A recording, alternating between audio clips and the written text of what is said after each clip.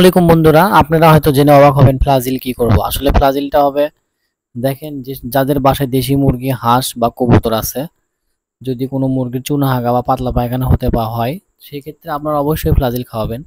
মুরগির ওষুধ খাওয়ানোর দরকার নাই। বাসায় অল্প মুরগির জন্য কখনোই আপনাদের সেই কাঙ্ক্ষিত মুরগির মানে পাতলা পায়খানার জন্য ওষুধ খাওয়াতে হবে না, ফ্লাজিল খাওয়ালেই হবে। তো আমার আমার একটা মুরগি অসুস্থ ছিল, তো বাসায় বললো যে এটা জবাই করবে, কিন্তু আমি বললাম যে না, এটা জবাই করবো না, আমি একটু দেখি, তো ট্রিটমেন্ট করে দেখি কি হয় আসলে।